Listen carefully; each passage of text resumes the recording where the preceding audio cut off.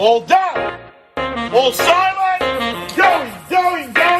Go. So congratulations. Welcome to the Current Market Insights podcast, brought to you by Harris Partners Real Estate. Each episode, we chat with real estate author and industry leader Peter O'Malley to discuss the current property market conditions and provide insights to assist you on your property journey.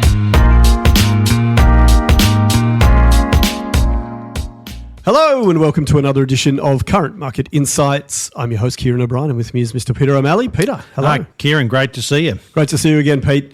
It's a big day for us in real estate and I guess in finance more broadly. The CPI numbers were released today, and often when these come out, we do sit and try and break down what the numbers are, what they represent, how they might impact the property market, and in some cases, what elements of the CPI basket may have contributed most to those figures.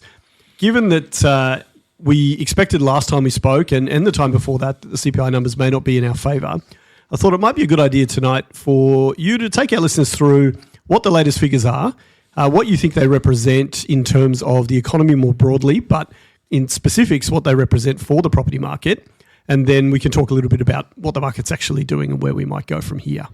Yeah, thanks, Ciaran. So, as we know, the RBA's target band of 2 to 3% for annual inflation it was superseded last year. The inflation rate was sitting above 3% and then began rising as they cut interest rates. And we've now got the inflation rate back to 3.8% annually. That was the quarterly number released on Wednesday, January 28 today, and that just simply is too high for comfort. If that's left as is, it'll push into the fours, and then it's at risk of being uncontrollable. So, yeah, sometimes we do break down the data and try to get a sense of what might happen, but it's almost universally agreed the RBA will be increasing interest rates next week. One of the other figures that we talk about often with the inflationary numbers is the trimmed mean or the underlying inflation. The reports said that it's at 3.3. Now, we have explained in the past, and we won't go over it again, what the difference is between inflation and the underlying inflation. But given that the underlying figures are much closer to the target band, could it be reasonable to assume that whilst the inflationary number is quite high, the trimmed mean is quite close to target? It's maybe not quite as dire as some of the media would have you believe. No, it was a dire number. And it was a dire number, and it was a dire number because, A, it's too high. The annual in CPI is running at 3.8% against the target band of 2 to 3%, and it's rising. It's the trend. So inflation was coming down for the first half of 2025, and then it sort of bounced around a little bit. But the numbers since November 2025 until today are clearly showing that inflation has broken out in the economy, and that's a surprise to nobody listening. Oh, certainly not a surprise. In an article I read from the ABC where they talked about the figures, they interviewed a gentleman who talked about his rent, the high cost of rent, and we've often talked about how rent is a major contributor to the CPI basket. Yes, it is. Have any of the statements today indicated that that is a major driver of this inflationary surge, or are we looking at other factors in the economy, whether it be the cost of goods and services or import costs? What do you think, or what is the the position on the major driver of this surge right now? Oh, look, the ABC have a subheading here, housing costs the biggest contributor to inflation. So, Current Market Insights property podcast, why are we talking so much about the CPI number and inflation? Because housing is the largest contributor to it, and rising interest rates will inevitably impact the property market. So, housing costs driven by electricity and rents were the largest contributor to annual inflation over the past 12 months, the ABS said. So the question that's going to be on everyone's lips and the one that we have speculated on before is what the RBA will do now with this data. It was suggested last time we spoke and by economists all over the country that a hike was very likely, a rate hike. There may be a pause depending on these figures. Given that the inflation's come in at 3.8, what do you think the likely move is from the RBA next Tuesday, I think it is, when they meet. Oh, they won't break out of anything other than their 0.25% moves. So it'll be a 0.25% hike next Tuesday. Are you asking, would they go more aggressive than that? Yeah, I think everyone accepts there's going to be a hike. Yeah. Do you think this inflationary number is high enough to warrant a 0.5% rise? No, if it was in the fours or the fives, it might be. So they did impose 3.5 percentage point increases on us during the last hiking cycle in 2022, but inflation at that time was running in the 4s and 5%. I think it was 4.2 or something. Yeah, so they really had to get it down quickly. So we're not at that level at the moment, but that's the same reason that they won't sit on their hands and leave it on hold next Tuesday, because the next shift in inflation, if they leave it unchecked, is into the 4s, and that's problematic. 3.8% is really unwelcome, but once you start getting into the 4s, you quickly, as we saw last time at the end of COVID, you quickly jump into the 4s, the 5s, and the 6% annual inflation, and that is highly problematic. So, given this is a property podcast and we need to work out what the likely impact is, the first thing I want to get a sense from you is, prior to the RBA's inflation announcement, over the past, say, 3 to 4 weeks, what have you been seeing in the property market as we've come through the new year? I know we touched on, the post-Christmas kind of run. You mentioned that things hadn't really heated up too much yet, but given that we want to get a sense of where the market might likely go from here, what is the baseline at the moment for you on the ground? Oh, look, I think the first trend we saw coming into 2026 was January stock was higher than normal. Yep. And we can only have a stab in the dark as to why it was higher than normal, but from other agents that we've been talking to around the city and around the country for that matter, a lot of vendors got their property to market in January, which was not seasonally normal, because they were trying to get in front of any rate hikes that could be in the offing. I think a lot of those vendors were hoping that the first rate hike would be held back until March, which is not going to be the case. So they were probably trying to get a sale in before Easter, get a sale in before any rate hike in March, but it's looking like the rate hike's going to come quicker than expected. What will happen next week when they cut rates? Well, it's pretty well hike rates, I should say. Yep. It's pretty well telegraphed. So some people will trade as normal. Some buyers will overstate the impact of the interest rate hike on their finances and their ability to pay, and that'll be a negotiation tactic. And some vendors will deny the impact of interest rates on the property market. So what you get there is you get a wider gap between the seller's expectations and the buyer's expectations, because if property prices and the ability to pay high prices is sort of stymied, if you like, due to interest rates rising with the threat of more, buyers' affordability will drop a bit, and it's the vendors that don't accept that make life difficult for real estate agents. Those that really want to sell will be able to sell because the economy is too hot and there's plenty of buyers in the market. Buyers that want to buy will be able to buy because there's plenty of good listings out there at the moment, but there will be an element of buyers and sellers that overstate it for their own purposes. Given that the average rate change takes roughly 6 weeks to filter through to the banks from the RBA's decision, does that have any impact on the buyer sentiment now? Because obviously, by the time they purchase and settle, we're looking at 6 weeks or beyond. 6 weeks is usually the standard period. But given that there is that delay, is there likely to be a subtle change in sentiment? Or do you think, once the rate announcement is made, people's minds automatically factor that in and begin to, look at the property through the lens of a higher rate? Look, you'd like to think that a buyer's decision to purchase is not impacted by a 0.25% hike. Yeah. So I actually don't have any great concern for buyers' ability to perform because of one interest rate hike. You may remember from our podcast in late 2024 where we were talking very openly about households and vendors and landlords tapping the mat, coming into this boardroom here where we are today and just flat out saying we can't afford to keep the property. The interest rates is hollowing us out essentially. Yeah. So I don't have any from a rate hike. I don't have any great fear for what that means for home buyers. We must remember the serviceability test that APRA ensure the banks put buyers through is 3% above what the interest rate of the day is. Yep. So 0.25% plays no role, but there are there are thousands of households, if not tens of thousands of households in Sydney that are precariously tight with their finances, and that's who is going to be most impacted from a rate hike from here. Yeah, I'm glad you mentioned that. It was only a few weeks ago I asked you the question about mortgage stress, and we commented on the fact that it had seemed to ease in the market.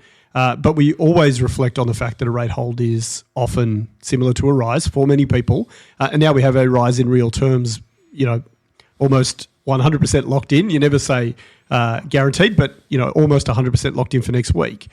Do you think there is likely to be, as you say, there are people that are precariously thin. Do you think there is likely to be an increase in distressed sales as we move into the next cycle? Not instantly. So let's go back to the rate cuts that we saw in 2025.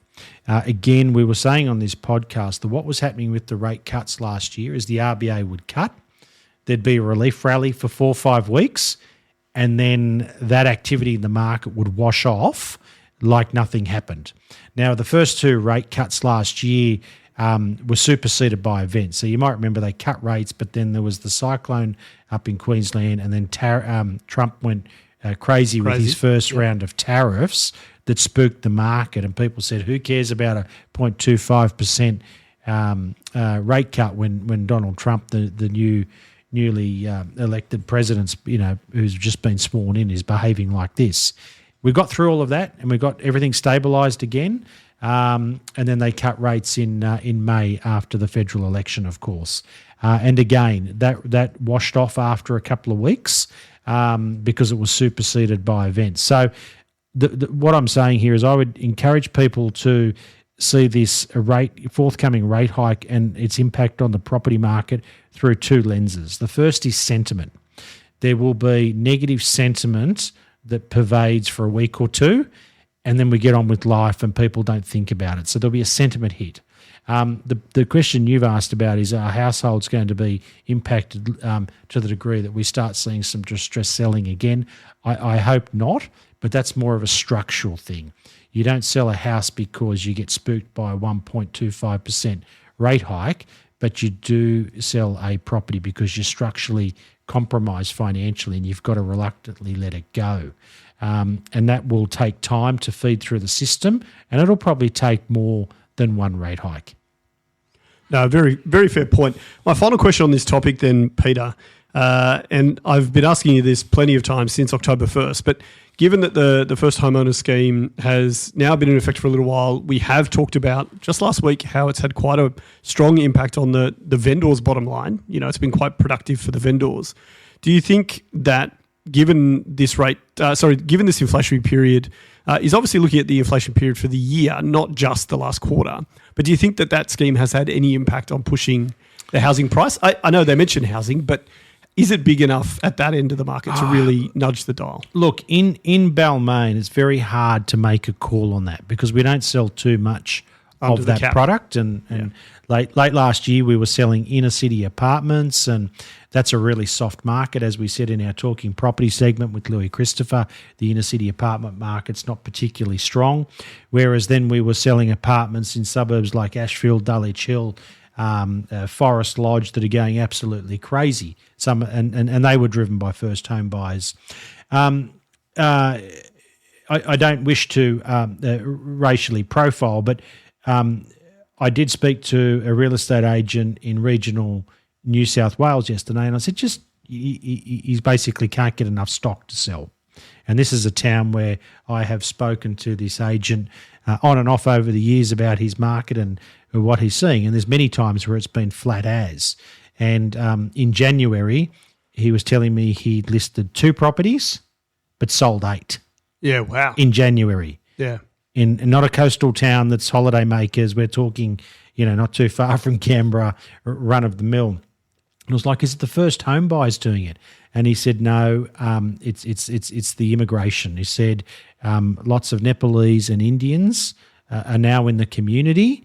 They like the community, and they are the buyers driving the property market up. And I tell people about the sales that we did in Blacktown and Quakers Hill last year. And again, those sales were hyper competitive, far stronger than anything that I experienced in the inner city last year. And all of that, both of those sales in Blacktown and Quakers Hill were driven by the Indian community, for example. So what is showing up here is the Indian community, like the house and land package in the suburbs or regional town centres, generally speaking. When the Chinese were very, very active in that sort of 2010, 2015 era, they were very much for, iconic trophy homes and high-quality apartments in the inner city. So we come back to that same chestnut that we were talking about last year, is there's not enough houses and there's too much housing demand with the immigration numbers. Yeah, and unfortunately, as we have said repeatedly, our government is all talk and very, very little action. That's a perfect segue then, Peter. One of the very minimal action points that Premier Minns has actually taken a stance on is and relates to agents in the property market. We spoke last year about the evolving case in Western Sydney, the outer suburbs. Quakers Hill again. Quakers Hill, yeah. I wasn't going to name the suburb, but in Quakers Hill, where a very well-known agent had come afoul or come under the attention of fair trading for some of his practices, which then has opened a broader discussion around underquoting agents' behaviours, a whole range of things that you certainly have talked about and we have discussed. Yes, it should be noted that he's only but he is only suspended at this stage.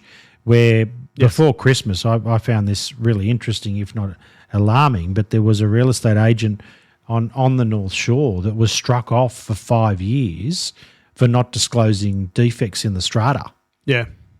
That's heavy-handed. Today in New South Wales, a strata manager was struck off as being a real estate agent for spending strata funds. I mean, this all sounds like excellent progress, right? But it is, as you say, it's a little bit heavy-handed for one agent, maybe not so much for the other. Regardless, what is happening in the space is obviously continuing to evolve, and I think there is a lot more to be done. But I want to talk about Chris Minns' name and shame register. Yep. Firstly, I'd love for you to just tell our listeners what it is, obviously beyond the name itself, what it is likely to provide and who really it's going to benefit in the space. Yeah, look, real estate agents who've been fined or had their licence cancelled or suspended will be named and shamed on a public register as the Min government moves to clean up the real estate industry. With thousands of complaints being made to New South Wales Fair Trading about real estate agents, the government hopes the name and shame list will enable home buyers and renters to conduct their own background checks before signing contracts or leases.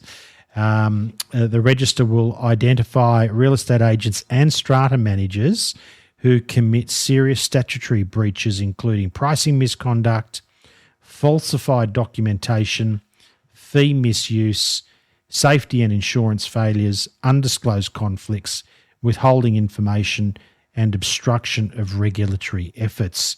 So that's all sanitised, dry dialogue about what it is that they've identified they'll be chasing, but there's a meaning behind each and every one of those bullet points. You mentioned that the purpose or the government's intention for the register is to allow tenants and or purchasers or whatever, or anyone engaging a real estate agent to do their own background checks. I guess my first question for you, as an agent, what's your gut feel on this register? Do you think that it will actually there's two parts. Do you think it will be beneficial? And secondly, do you think that the agency looking after it, which I assume is Fair Trading in this case, do you think that they will actually maintain the list well enough that it has any utility? Look, when I first heard about it, I thought, I hope this is... I just hope that there's not scapegoats out of this. I hope if there's serious breaches and people deserve to be named, shamed and identified, so be it. But I hope they're not going to corner, some junior or some near retiree agent and making an example of them to Like a fall guy. Yeah, a fall guy to send a message to the rest of the industry. So when they outlawed dummy bidding, for example, in the early 2000s, they went down and caught some near retirement, probably should have been retired real estate agent. Said, you've been dummy bidding. You're the first person to get caught for dummy bidding under the new laws, and put him on the 6 o'clock news on all 3 commercial channels, and really paraded him as the fall guy. And this is what will happen to you too if you're using dummy bidders. That was enough, in fairness, to stop the industry. But I cannot imagine the poor real estate agent or his family felt that was a justified handling of him doing something the broader industry was doing. I'm not suggesting that dummy bidding is a permissible action, but I just felt that it was grossly unfair at that time that fellow was singled out like that when it was rampant across the industry. How will consumers act to this? Well, look, one of the first points they said here is pricing misconduct. What is pricing misconduct? Well, that's underquoting. Yeah. So that's where the agent knows that the reserve price is 2.8 and they go out and tell the buyers an auction guide of 2.2 or 2.1. And they know it's going to go to 2.8, but they leave it at that because they want to have a hyper-competitive auction. Vendors are complicit in this strategy to some degree. And I always ask the question, why do real estate agents underquote? And people go, I don't know, why do real estate agents underquote? Because it works. It attracts multiple buyers to the auction, and then they've got a competitive situation. So if a consumer sees that their shortlisted real estate agent has been fined obviously you can't use them if they've been suspended, but if they are on the name and shame register for underquoting, but the consumer otherwise likes that agent, I think they'll still use them. Yeah. Well, if it works, right? Because whether it's legal or not. The vendors are already, I know this is a really uncomfortable point for a lot of people, vendors are already complicit in the underquoting story. Yeah. Because they're letting their real estate agent advertise their house for 20% below what they know the reserve price is in the name of drumming up interest. Where if we go to the other one that Josh Teslan's been accused of, which is fee misuse, and for those that weren't listening last year, he stands accused, he's only suspended, but he stands accused of telling a vendor that on a Monday night that he has no interest in their home for the Saturday auction, but if they're prepared, and this is the short version, if they're prepared to supercharge his commission, he's prepared to take his entire sales team off working over every other property and put the entire sales team working exclusively on their property to ensure they get an acceptable result on Saturday. And he said to the vendors, the best offer that we've got at the moment on your property is 1.3 million. If you're prepared to give me 10% above 1.5 million, I think the number was, I will get the entire sales team working between now, Monday night, and Saturday's auction on your property. They clearly needed to sell. I can't be sure. I didn't have all of the facts. They agreed to this commission structure very late in the game. The auction, unsurprisingly, sailed through 1.5 million. Not only do they have to pay the original decent, hefty commission, but they now fell into the category of being stung with a super-sized commission. And when these vendors went to congratulate the successful buyers of their home, the buyer said, we loved your home. We saw it on the first inspection. There was no way we weren't going to buy it. Yeah. And it was at that point that the vendor realised they'd been stung. That's what they're referring to, that sort of behaviour when we talk about incentive schemes or kickers, as we've discussed in the past. I think if you got named and shamed for fee misuse along those lines, and that went through a real estate agent's local community, I don't think they'd get another listing. Yeah, it's interesting. I guess I've got a couple of questions for you. One, going back to the fact that agents end up on this register, and I liken it in many ways, obviously different kind of scales, but I liken it to, the medical register. You can look up your doctors and things and make sure that they're registered. You can also look if they've been investigated for things, and you can get a sense, as a consumer or a patient, potentially, whether you want to use them for things. But I had that same thought. I wonder how many people think, well, they're very skilled and it's tough to find someone, so I'm going to use them anyway. In real estate, I think there is that potential that they'll still use an agent if they're getting results regardless of how unethical it is. Let's go to Charlie Teo. He's struck off, right? Yeah, in Australia. In Australia, yeah. But I know people that have got on an aeroplane to go and get operated on by Charlie Teo. Of course. In a jurisdiction where he can operate. Yeah. Yeah. And obviously, as I say, they're different scales, but I agree with you that I think people will use an unethical but successful agent in some cases. My first question for you is, given that this register can be quite damning, as you say, depending on what the reason is, are there safeguards in place that you know of for agents who feel like they may have been wrongfully placed on the register? Look, they're serious breaches. So unlikely to be an accidental admission. Is that what you're suggesting? Look, everyone is entitled to the presumption of innocence until proven otherwise. So, we've had people complain to us about us through fair trading about underquoting, and we have not been charged with underquoting. Let me be clear about that. But we have been investigated for underquoting to make sure that everything's being done as it should be. And this is several times over 10 years because a buyer really likes a home. Multiple buyers like the same home. It sells above expectations. The person who buys the home thinks you're the greatest real estate agent in the world, and the underbuilders are filthy and they want retribution, generally speaking. So over the years, I have seen how Department of Fair Trade have investigated underquoting, and their current strategy of investigating underquoting is 3 times more exhaustive and detailed than it used to be, say, 10 years ago.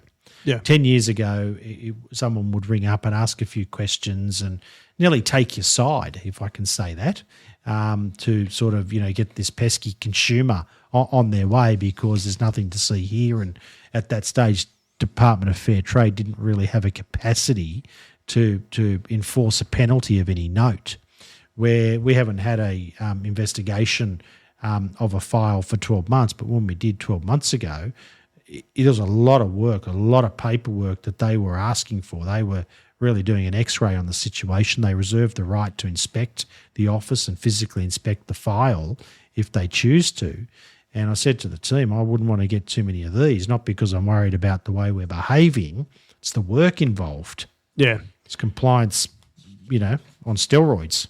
Do you think that given the fair trading's shown much more interest in fixing the underquoting issue and agent behaviours more broadly, that they are likely to take a more active role in this list? Or do you think it's still, like you say, Josh Tesselin's case came about primarily because the vendors found an anomaly and reported it? Do you think fair trading will also increase their independent supervision of what's happening in the market, which we've touched on? They already are, because they're charging significantly higher fines, and that's what's funding the task force. Yeah. So, yes, absolutely. Real estate agents have to change, the real estate industry have to change their mode of operation, or they're going to end up on this list. There's no doubt. And as I say, there's some breaches where people go, yeah, well, they all do that, i.e. underquoting. Yeah. And then there's other things like fee misuse or fiddling with the trust account where people say, man, never touch that guy again. My final question for you on this topic is if an agent has committed an infraction bad enough to get on this list, why are they still allowed to practice?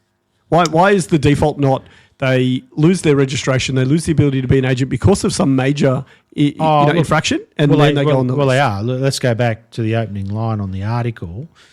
Real estate agents who've been fined or had their licence cancelled or suspended.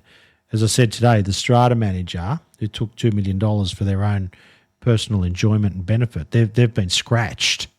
The real estate agent who is accused or basically charged of knowingly concealing serious defects in a strata property was cut out, it's cancelled for 5 years before Christmas. There's an example, I think it's in Melbourne at the moment, of a very high-profile real estate agent that was buying his clients' properties, tarting them up and reselling them, classic insider trading. Yeah. Undisclosed conflicts is a massive area that is really hard to police but goes on every day in the real estate industry. Developers come in and say, Ciaran, if you can help me get this one, I'll do the build, I'll do the duplex, I'll do the renovation, and I'll give it back to you to sell. Suddenly Ciaran has got a $50,000 or $100,000 incentive to run soft on the campaign with his vendor who might be going into a nursing home because he's going to get paid for that. But hey, if he helps Joe Bloggs get the property, he's going to get the resale of the duplexes when they're built. That's really hard to police, but that goes on every day in the real estate industry, I can tell you. Yeah. Yeah, look, I accept all of that, but I still maintain that question. If it's bad enough to make the register, why do they all just lose their registration? The underquoted, the insider trade, like whatever it is. I fully accept that there are some cases where they are cancelled or suspended, but my gut tells me that people might prefer or appreciate that if they're on this list for a major reason, they shouldn't be practicing anyway. Which in some ways would make the list somewhat futile. But well, look, again, we've got to go look at what they're saying puts you on the list. You commit a serious statutory breach, which is pricing misconduct, underquoting, falsifying documentation. Wow, you wouldn't want to be done for that. Fee misuse, which is the incentive scheme we just discussed. Safety and insurance failures, they can be oversights. Maybe there's an area there where you don't deserve to lose your real estate license for that. Maybe you do. Undisclosed conflicts. Well, having an undisclosed conflict is different to taking advantage of that conflict, isn't it? it is, but I guess you're not going to be reported unless you take advantage, right? Like no one's going to say you just have an undisclosed conflict. It has to be exploited. A great question I get whenever I'm negotiating on a vendor's property and I talk about the buyer's sale of their property, which is going to fund the purchase and how it all interconnects. I love when vendors say to me, ask me or one of our agents, are you selling their property or are you going to get their listing? That's a great question to ask because that's the vendor subconsciously exploring for a conflict of interest. Yeah. Should ask those questions more often. No, look, it's true. Yeah. Look, it's a really interesting topic. I will be eager to see what happens here. I can't help but think that, one, it'll not be all that accurate, and two, knowing the government, it'll be incredibly difficult to access and gain any information from. So it is going to be an interesting one to see as it moves forward. But, you know, as we've talked on this topic a lot, I am hopeful that the industry will get a little bit of fear in them and a little bit scared about these wrong behaviours because it is a problem and it's the clients who usually lose out. But, as always, it's been a good chat today, Peter. I really appreciate you coming in to talk with our listeners. Yeah, pleasure. Thanks, Ciaran. Thank you, and thanks to everyone for listening to Current Market Insights. We look forward to speaking with you next time. Thanks for joining us on the Current Market Insights podcast, brought to you by Harris Partners Real Estate, the podcast providing real estate insights you won't find anywhere else.